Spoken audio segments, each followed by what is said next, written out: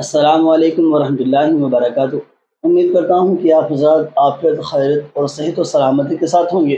अल्लाह सुब्हानहू व तआला ऐसे आपको खुश और सलामत रखे। दोस्तों, इस वीडियो के अंदर हम देखेंगे कि एक बिगड़ा हुआ बाबा है, बाबा रामदेव। वो अक्सर इस्लाम को लेकर टारगेट करता रहता है।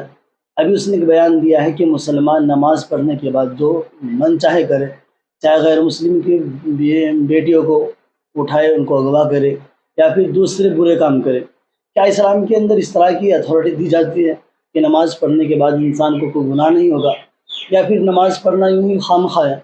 बहरहाल इस वीडियो के अंदर मुतालिक जानेंगे कि इसकी हकीकत क्या है और बाबा रामदेव मुसलमानों को, इस्लाम को कहना क्या चाहता है। और साथ में सुनेंगे, एक लड़का है अनुराग, वो भी गैर मुस्लिम है, वो भी इस्लाम के मुतालिक बहुत सारी अच्छी बातें कर लेता है। और साथ में सुनेंगे हम डॉक्टर ज़ाकिर नाइक को कि वो नमाज के मुतालिक होने वाले जितने भी फ़ायदे हैं वो तमाम बताएंगे, और इंसान को नमाज की हालत के अंदर जिस तरह रहना चाहिए, उसकी ज़िंदगी जो इसके अदर हैं, नमाज के अलावा जो ज़िंदगी है वो भी इंसान की कैसी होनी चाहिए। तो साथ में सुनेंगे डॉक्टर ज़ाकिर नाइक को क्या आप बेहतर अंदाज से इंसान को समझाने की ज़रूरत और हिम्मत और ताकत उसने दी है कि इंसान को हमेशा अच्छे आमाल से अपने आप को मुनव्वर करना चाहिए। तो चलिए, आपका वक्त ज़ाया ना करते हुए आज का टॉपिक शुरू करते हैं।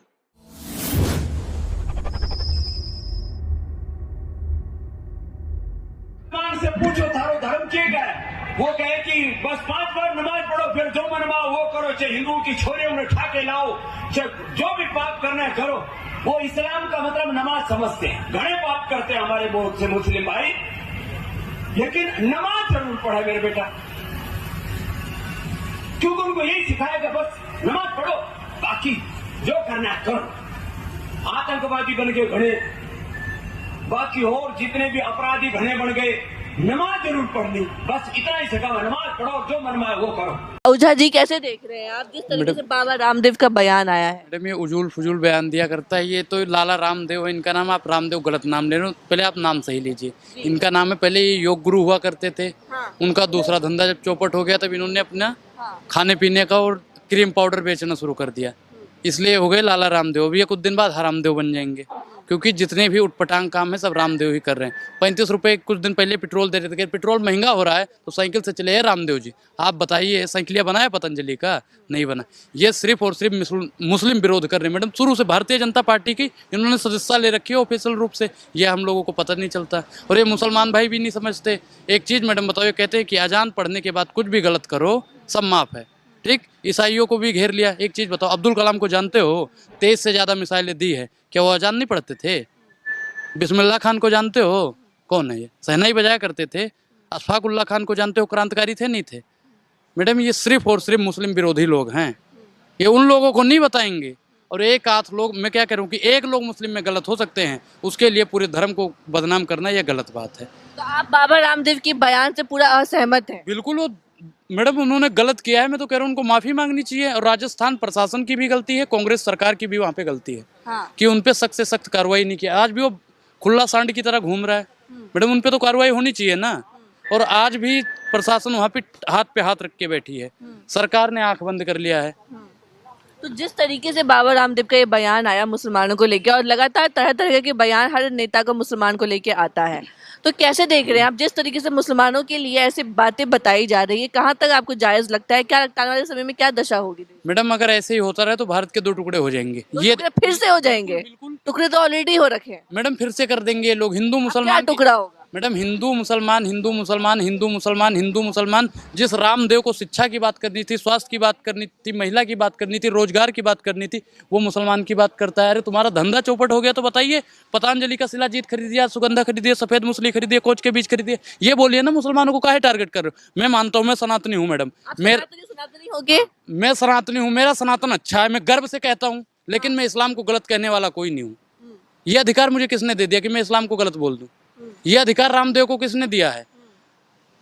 केंद्र सरकार रामदेव को आराम के लिए भेज दे तो ज्यादा बढ़िया होगा। अल्हम्दुलिल्लाह वस्सलातु वस्सलाम अला रसूलिल्लाह व अला आलि व सहाबी अजमईन, अम्मा बाद। अऊज़ु बिल्लाहि मिनश शैतानिर रजीम, बिस्मिल्लाहिर रहमानिर रहीम। मेरे मोहतरम बुजुर्गों, मेरे अजीज भाइयों और बहनों, और पीस टीवी पे लाइव देखने वाले करोड़ों नाजरीन, अस्सलामु अलैकुम वरहमतुल्लाहि वबरकातुहू। सलाह पढ़ने के कई फायदे हैं। वक्त की किल्लत होने की वजह से सिर्फ मैं चंद और फायदे आपके सामने बयान करूंगा कि रूहानी फायदे के अलावा जिस्मानी फायदे भी है, बहुत से मेडिकल बेनिफिट्स है, मेडिकल फायदे भी है।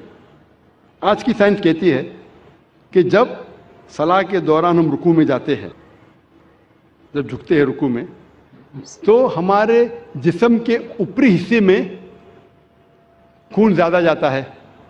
इससे रिलैक्सेशन है, बदन को आराम मिलता है, स्पाइन सपेल होती है, और जो नर्व्स है स्पाइन के, वो नर्व्स में नरिशमेंट होता है खून ज़्यादा जाने की वजह से। ये जो रुकू की पोजीशन है, आज साइंस कहती है ये फ्लैटुलेंस के लिए भी अच्छा है। जब रुकू से आप फिर से ऊपर आते हैं अर्रफू पोजीशन में, तो खून जो जिस्म के ऊपरी हिस्से में जा चुका है वापस से अपनी जगह आ जाता है और बदन में रिलैक्सेशन होता है, आराम मिलता है। सलाम में जब आप सजदा पोजीशन में जाते हैं, सजदा अपना फॉरहेड, माथा जमीन पे टेकना, सजदा जैसे मैंने कहा था सलाह का एक अहम रुकन है। सजदे में आज साइंस कहती है कि इस एटमॉस्फेयर में कई इलेक्ट्रोस्टैटिक चार्जेस हैं जो हमारे सेंट्रल नर्वस सिस्टम पे हावी हो जाता है, जिसकी वजह से हमें स्पैज़म होता है, हमें बैक एक होती है, कमर में दर्द, मसल में दर्द, और इसको ग्राउंड करना बहुत ज़रूरी है। जिस तरीके से 3 पिन प्लग होता है वो 3rd पिन होता है अर्थिंग के लिए, उसी तरीके से सजदा पोजीशन में there is dominance on the frontal lobe. जहन का हिस्सा जो सोचने में इस्तेमाल होता है वो frontal lobe, there is dominance of frontal lobe and this precipitation. ये बहुत फायदेमंद है जितने इलेक्ट्रोस्टैटिक चार्जेस को डिस्चार्ज करने के लिए। सजदे की पोजीशन में, सजदे की हालत में भेजे में और खून जाता है, जो भेजे के हेल्थ के लिए बहुत बेहतरीन है। It's healthy for the brain, भेजे के सेहत के लिए अच्छी है। जब सजदे की पोजीशन में फेस में, चेहरे के चमड़ी में खून का फ्लो ज़्यादा बढ़ जाता है, जिससे चमड़ी की बीमारी, मिसाल के तौर पे फाइब्रोसाइटिस, मिसाल के तौर पे चिल बेंड्स होने के इम्कानात कम हैं। और एक खुसूसन ठंडी के वक्त ये चेहरे के लिए बहुत अच्छा है। सजदे के पोजीशन में there is less chances of having sinusitis. Sinusitis बीमारी के बारे में आपने सुना होगा, हेडेक होता है।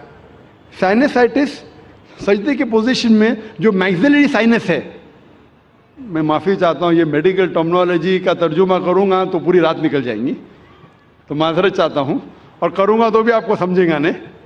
ये मैक्सिलरी साइनस जो है उसका ऑस्टियम, ऑस्टियम जो ओपनिंग होती है, उर्दू में कह सकता हूँ कि छेद, छेद, वो मीडियल साइड और एंटीरियर साइड में, it is like inverting a pot.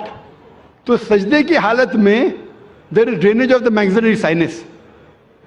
सलाह के डिफरेंट पोजीशन में, कयाम, रुकू, सजदा, इसके अंदर frontal sinusitis, ethmoidal sinusitis, sphenoidal sinusitis होने के चांसेस कम है। सजदे की हालत में there is drainage of the bronchial tree, जो फेफड़े में जो सेक्रीशन है वो सेक्रीशन के ड्रेनेज होता है, there is less chances of having bronchitis, फेफड़े की बीमारी होने के कम इम्कानात है। आम तौर पे जब हम सांस लेते हैं, आज की मेडिकल साइंस ये कहती है कि सांस जब आप लेते हैं, अंदर बाहर करते हैं, तो सिर्फ 2/3 हिस्सा, 2/3 portion of the lung air is excelled out. सिर्फ 2/3 हिस्सा हवा का, फेफड़े का बाहर जाता है और नई हवा आती है। 1/3 हिस्सा पुराना ही रहता है, उसे साइंस में हम कहते हैं रेसिडुअल एयर, यानी फेफड़े की 1/3 हिस्सा जो है हवा का वैसा ही रहता है, सिर्फ 2/3 हिस्सा बाहर जाता है और नहीं आता है। सजदे के हालत में जब आप सांस लेते हैं, द एब्डोमिनल विसरा, जो पेट के आला है, वो लगते हैं डायफ्राम की तरफ, डायफ्राम को ढका देते हैं। डायफ्राम ढका देता है lower lobes of the lungs, इससे जो रेसिडुअल एयर है 1/3 हिस्सा वो बाहर निकल जाता है। तो हमारे फेफड़े में सारी की सारी जो हवा आ रही है वो नहीं आती है। इससे फेफड़े की बीमारी के कम इम्कानात है, because of fresh air coming in. इस पोजीशन में there is increase venous return of the abdominal viscera. जो पेट के जितने आला है उसमें एब्डोमिनल वेनस रिटर्न इंक्रीज होता है।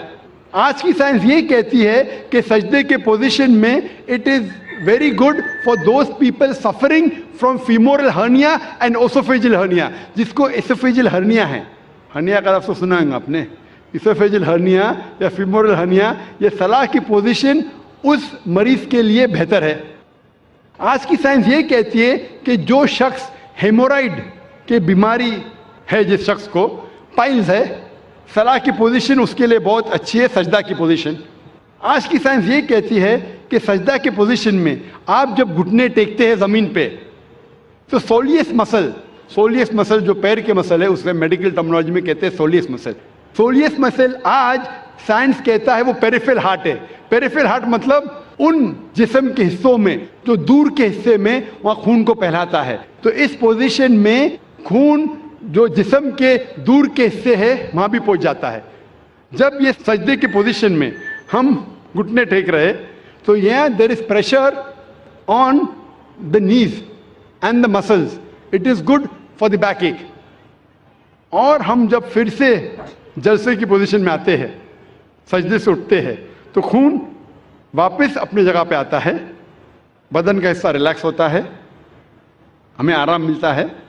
और इसके बाद जब हम उठते हैं क़याम पोजीशन में, हमारा वजन होता है बॉल ऑफ द फीट पे, पैर के आगे के हिस्से से उठते हैं।